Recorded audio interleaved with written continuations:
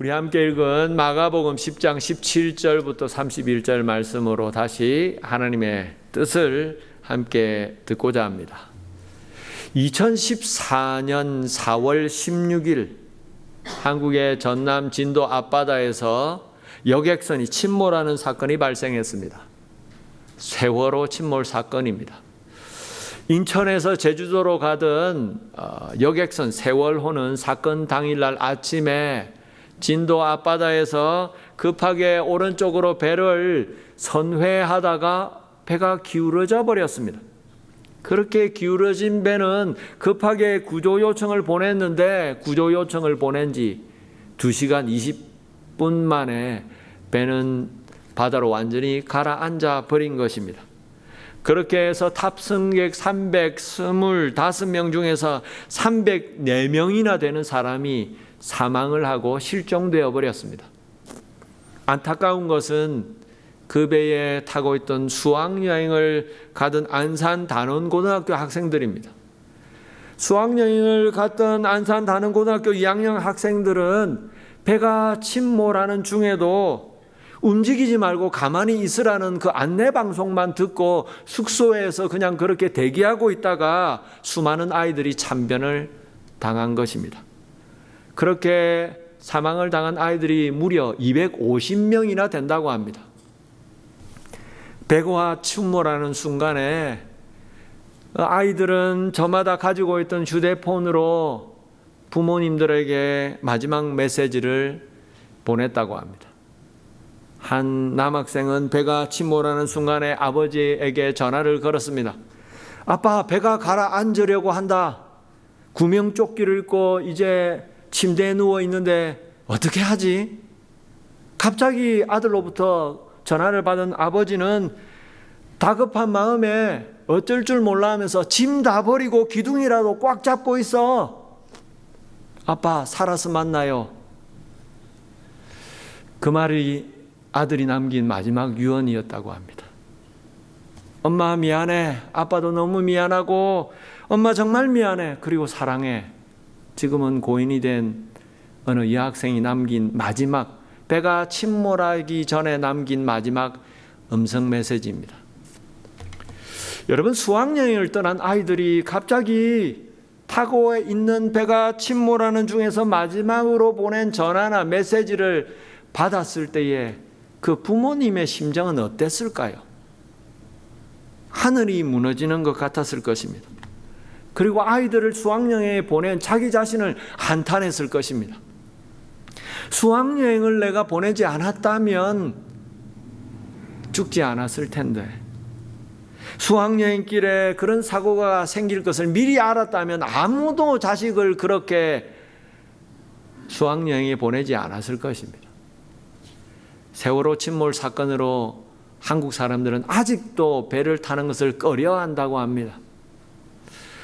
여러분, 그런데 그렇게 사람이 조심한다고 해서 생각도 못한 사고를 우리가 다 피할 수 있을까요?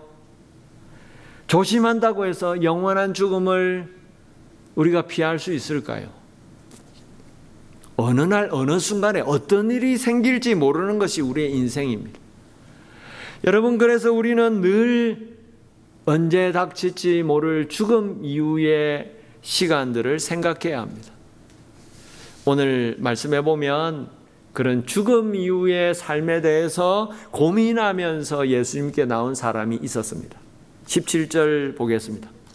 예수께서 길에 나가실새 한 사람이 달려와서 꿇어 앉아 묻자오되 선한 선생님이여 내가 무엇을 하여야 영생을 얻으리까? 오늘 이 말씀과 똑같은 이야기가 기록된 마태복음과 누가복음에 보면 예수님께 나온 이 사람은 젊은 나이에 부자가 된 아주 성공한 사람이었다고 합니다. 그는 부자였고 유대의 관원이었습니다. 그런데 이 사람은 다른 사람들이 가지지 못한 엄청난 부와 명예를 젊은 나이에 다 가졌지만 죽음 이후에 천국에서 누릴 영원한 생명, 영생, 구원의 확신이 없었습니다. 죽으면 어떻게 될까? 죽음 이후에 어떻게 될지 고민을 하고 있었던 것입니다. 그래서 예수님께 그 문제를 들고 나왔습니다. 그런데 그렇게 묻는 그 사람에게 주님은 의외로 간단하게 대답하십니다. 18절부터 19절 볼까요? 예수께서 이르시되 네가 어찌하여 나를 선하다 일컫느냐? 하나님 한 분 외에는 선한 이가 없느니라. 네가 계명을 안 하니 살인하지 말라, 간음하지 말라, 도둑질하지 말라, 거짓 증언하지 말라, 속여 빼앗지 말라, 내 부모를 공경하라 하였느니라. 예수님은 계명을 지키라고 하시면서 구체적으로 지켜야 할 계명이 무엇인지를 일일이 말씀해 주십니다. 예수님이 지키라고 한 이 계명들 무엇입니까? 구약의 10계명입니다. 죽음 이후에 어떻게 될까? 그걸로 고민하며 나온 이 사람에게 예수님은 왜 구약에 누구나 잘 아는 그 10계명의 계명을 먼저 말씀하시면서 이걸 지켜라 하셨을까요? 계명을 지키는 것이 믿음의 표식이기 때문입니다. 정말 믿는다면 마음으로만 아니라 믿음에 따르는 삶에 순종이 있어야 한다고 주님은 항상 누누이 말씀하셨습니다. 진짜 믿음으로 사는 사람, 그 사람은 하나님이 주신 말씀, 계명대로 이 땅을 살아간다는 것입니다. 그렇게 정말 믿음으로 이 땅을 순종하면서 계명에 순종하면서 살아야 한다. 그걸 먼저 말씀하셨습니다. 그러자 그는 자신 있게 대답합니다. 20절 보겠습니다. 그가 여쭈어오되 선생님이여 이것은 내가 어려서부터 다 지켰나이다. 예수님께 나온 이 사람은 아마도 평생 동안 살아오면서 최선을 다해서 열심히 신앙생활을 해왔던 것 같습니다. 그래서 예수님께서 계명을 지켜라 말씀하시니까 당당하게 자신 있게 얘기했습니다. 주님이 말씀하시는 그 계명들 그동안 다 지켜왔습니다. 열심히 믿음으로 살아왔습니다. 그러자 예수님은 기특하게 그를 보시면서 사랑하시는 눈으로 다시 두 번째 말씀을 하십니다. 21절 예수께서 그를 보시고 사랑하사 이르시되 내게 아직도 한 가지 부족한 것이 있으니 가서 내게 있는 것을 다 팔아 가난한 자들에게 주라. 그리하면 하늘에서 보화가 내게 있으리라. 그리고 와서 나를 따르라 하시니. 예수님은 계명을 다 지켰다고 자신에게 이야기하는 대답하는 그의 대답을 듣고 그 사람에게 한 가지 더 말씀하십니다. 그 사람이 가장 어려워하는 것, 그 사람이 가지고 있는 그 부자가 가지고 있는 그 모든 재물을 다 팔아서 가난한 사람들에게 다 나눠주고 그리고 나서 나를 따라오라고 말씀하신 것입니다. 그런데 당당하게 자신 있게 어려서부터 계명을 다 지켰다고 대답했던 이 사람은 예수님의 두 번째 말씀을 듣고는 두 번 다시 물어보지도 못하고 고민하면서 그냥 집으로 돌아가 버립니다. 22절 그 사람은 재물이 많은 고로 이 말씀으로 인하여 슬픈 기색을 띠고 근심하며 가니라. 여러분 왜 이 사람은 주님의 말씀에 두 번째 이 말씀을 듣고는 그냥 집으로 돌아가 버렸을까요? 자기가 가진 그 재산, 재물을 차마 내려놓지 못했기 때문입니다. 부유하고 부자였던 이 사람은 계명은 잘 지켰습니다. 겉으로 보이는 형식적인 계명들은 잘 지켰습니다. 하지만 그 속에 담긴 진정한 의미는 다 이해하지 못하고 있었습니다. 무엇입니까? 단순히 살인하지 말라, 도둑질하지 말라, 이 계명을 지키는 그 자체가 중요한 것이 아니라 근본적으로 그렇게 계명을 잘 지켜야 하는 이유, 계명을 잘 지키고자 하는 마음, 하나님을 사랑하는 마음, 그 마음이 있는지를 주님은 물어보셨던 것입니다. 그래서 주님은 계명을 다 평생 동안 잘 지켜왔다고 하는 이 사람에게 이제 이 사람이 가장 고민하며 어려워하는 부분을 두고 물었던 것입니다. 물질에 대해서 하나님 앞에서 정말 그 물질을 다 하나님 앞에 내려놓을 수 있는지, 그래서 하나님을 정말 첫째로 사랑할 수 있는지를 물으셨던 것입니다. 여러분, 주님께서 우리에게 원하시는 것, 첫째로 하나님을 사랑하는 마음입니다. 그런데 그 마음은 내가 가장 힘들어하고 어려워하는 부분에서 나타납니다. 사람은 누구나 다 내려놓기 어려운 것들이 있습니다. 다른 사람들에게는 쉬운데 유독 나에게만은 어려운 부분들이 있는 것입니다. 어떤 사람들은 오늘 성경에 나오는 이 사람처럼 물질이나 가진 소유, 재산에 집착하는 사람들이 있습니다. 특별히 요즘 이 땅을 살아가는 현대 사회에 그런 사람들이 많습니다. 마지막 때에 돈을 사랑할 것이라고 했습니다. 그래서 가진 재산, 재물, 부자가 되기 위해서 이 땅을 살아가는 사람들이 많습니다. 오늘날 이 땅에 있는 수많은 사람들이 가지고 있는 재물에 마음을 쏟으며 살아갑니다. 어떤 사람들은 다른 사람들이 나에 대해서 어떻게 생각할까, 다른 사람들의 평판을 정말 중요하게 생각하는 사람들이 있습니다. 그래서 다른 사람들이 나를 어떻게 생각하는지, 그것 때문에 말이 바뀌고 행동이 시시때때로 바뀌는 사람들이 있습니다. 다른 사람들의 평판에 민감한 사람들입니다. 또 어떤 사람들은 가족들, 친구들, 인간관계에 목숨을 거는 사람들이 있습니다. 사람과 사람 사이의 관계가 제일 중요하다. 인간관계가 잘 돼야 뭐든지 잘 될 수 있다. 그래서 그런 사람들은 사람과의 관계를 최우선합니다. 여러분, 사람마다 누구나 쉽게 내려놓을 수 없는 어려운 부분들이 있습니다. 그런데 문제는 그런 것들이 하나님 앞에서 믿음으로 이 땅을 살아가려고 할 때에 신앙생활에 때때로 걸림돌이 된다는 것입니다.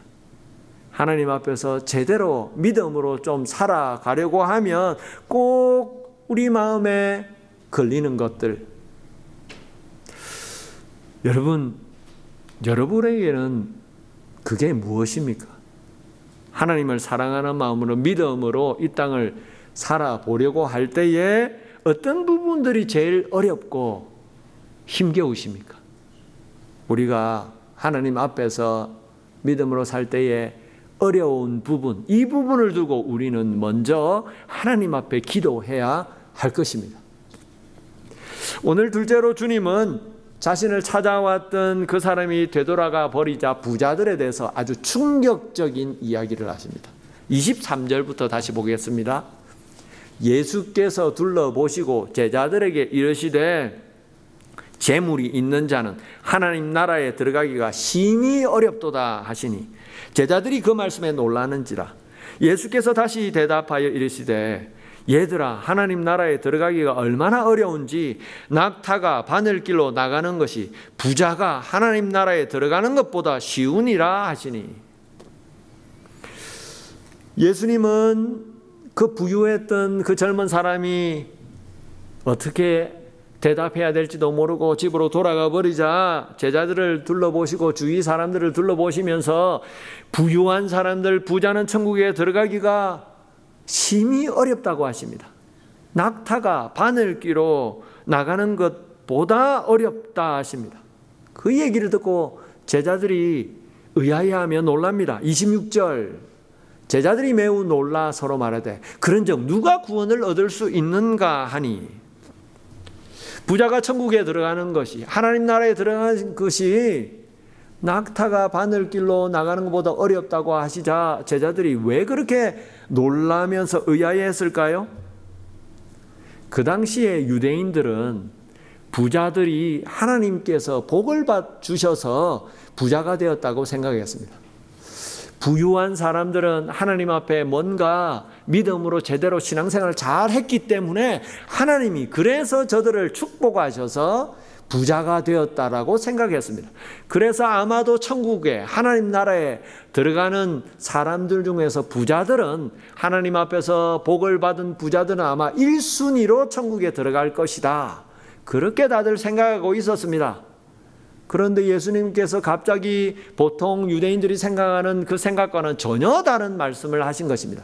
부자가 천국에 들어가는 것이 낙타가 바늘길로 나가는 것보다 어렵다. 심히 어렵다. 그 얘기를 듣고는 제자들이 얘기한 것입니다. 누가 그러면 천국에 들어갈 수 있단 말입니까? 누가 구원을 받을 수 있단 말입니까? 그런 이야기를 서로 하자 예수님은 말씀하십니다. 27절 볼까요? 예수께서 그들을 보시며 이르시되 사람으로는 할 수 없으되 하나님으로는 그렇지 아니하니 하나님으로서는 다 하실 수 있느니라. 여러분, 오늘 주님의 말씀대로 낙타가 바늘길로 나가는 것보다 부자가 하나님 나라의 천국에 들어가는 것이 어렵다라고 말씀하시는 그 말씀대로라면 제자들이 놀라면서 말한 것처럼 이 세상 부자들 중에 하나님 나라의 천국에 들어갈 수 있는 사람 누가 있을까요? 아무도 없을 것입니다. 그렇다면 예수님을 믿는 사람들, 우리는 모두가 다 부자가 되면 안 되는 것입니까? 가난하게 살아야만 하는 것입니까? 그리고 그럼에도 불구하고 부자들 중에 천국에 들어갈 수 있는 사람이 있다고 주님은 말씀하시는 것 같은데, 그렇다면 천국에 들어가려면 부자들은 도대체 어느 정도까지 부를 쌓을 수 있을까요? 어느 정도가 우리가 가질 수 있는 재물의 한계점이란 말입니까? 예수님의 말씀이 그런 말씀입니까? 주님의 말씀은 그런 이야기가 아닙니다. 사람이 얼마만큼 재물을 소유했는가, 그것에 따라서 천국에 들어갈 수 있느냐 없느냐, 그 선이 어디인가, 그 얘기를 하시는 것이 아닙니다. 그 사람이 얼마나 부유하고 부자이고 재물을 많이 소유했는가, 그게 문제가 아니고, 문제는 많든지 적든지 재물에 대해서 어떤 마음을 우리가 가지고 있느냐가 문제라는 것입니다. 물질적으로 아무리 가진 것이 많고 풍족한 부자라고 할지라도 그 물질에 얽매이지 않고 그 물질의 마음을 빼앗기지 않고 오히려 하나님이 주신 그 물질로 하나님 나라를 위해서, 하나님의 선한 일을 위해서 사용하고 한다면 하나님은 그 사람을 기뻐하실 것입니다. 하지만 아무리 가진 것이 없는 가난한 사람이라도 물질 때문에, 가지고 있지 못한 그 재물 때문에 걱정하고 염려하고, 그렇게 그 재물 때문에, 물질 때문에 우리의 마음이 이리저리 흔들린다면 그 사람은 이미 하나님보다도 물질에 마음이 빼앗겨 버린 것입니다. 그래서 잠언의 말씀에 이런 말씀이 나옵니다.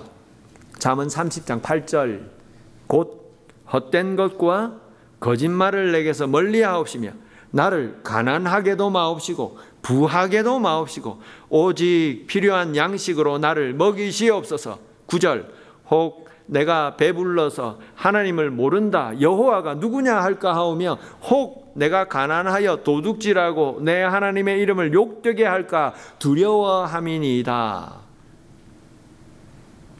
사람의 마음은 연약합니다. 우리의 마음은 연약합니다.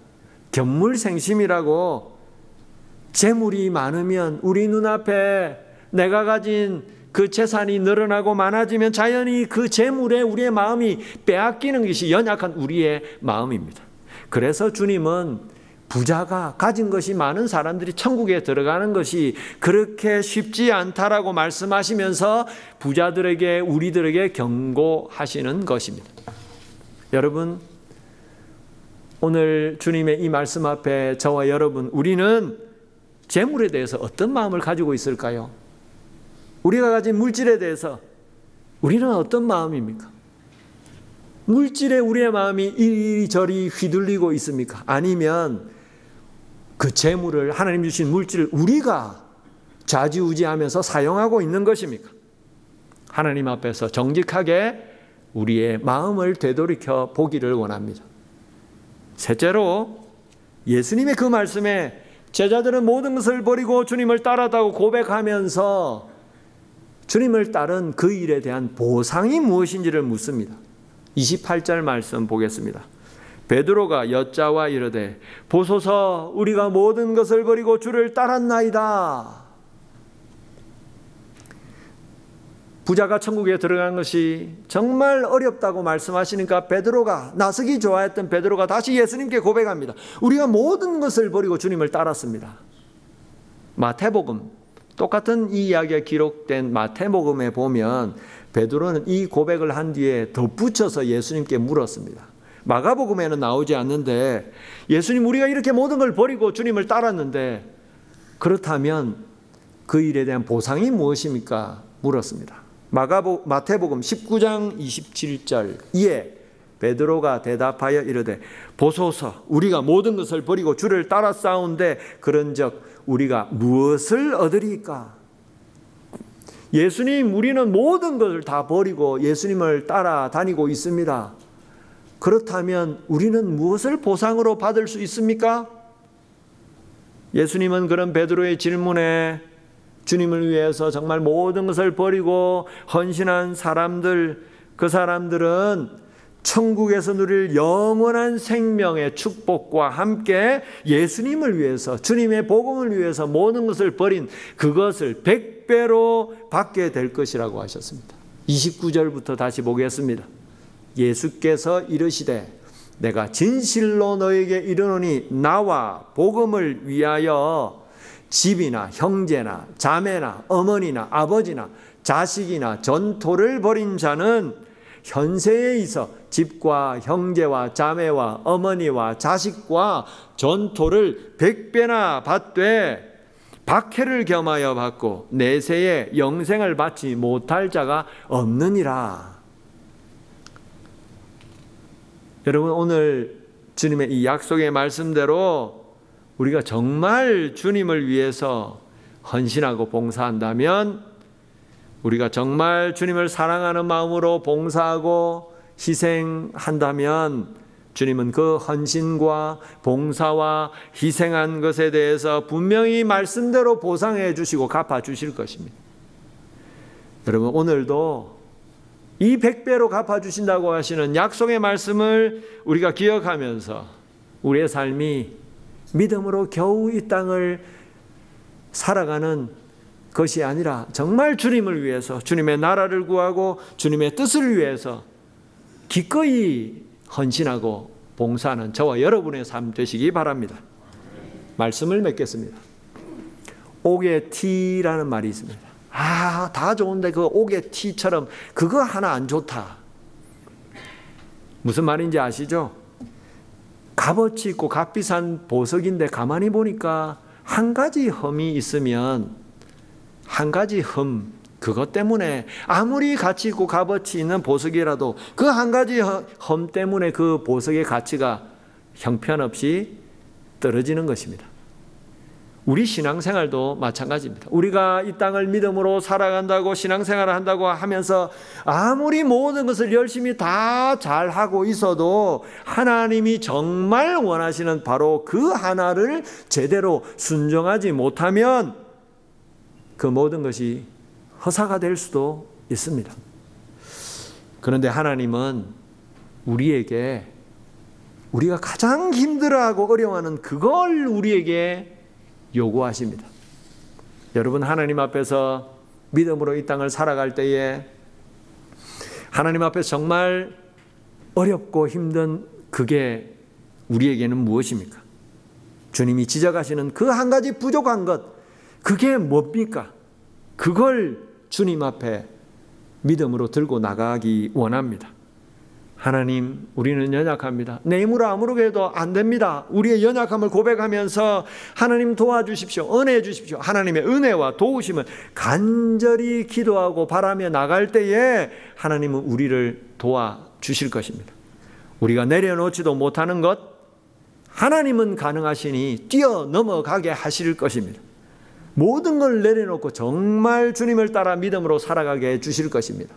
여러분, 오늘도 그렇게 주님의 은혜와 도우심으로 하나님 앞에 이 땅을 믿음으로 끝까지 살아갈 수 있는 저와 여러분 되기를 주님의 이름으로 축원합니다.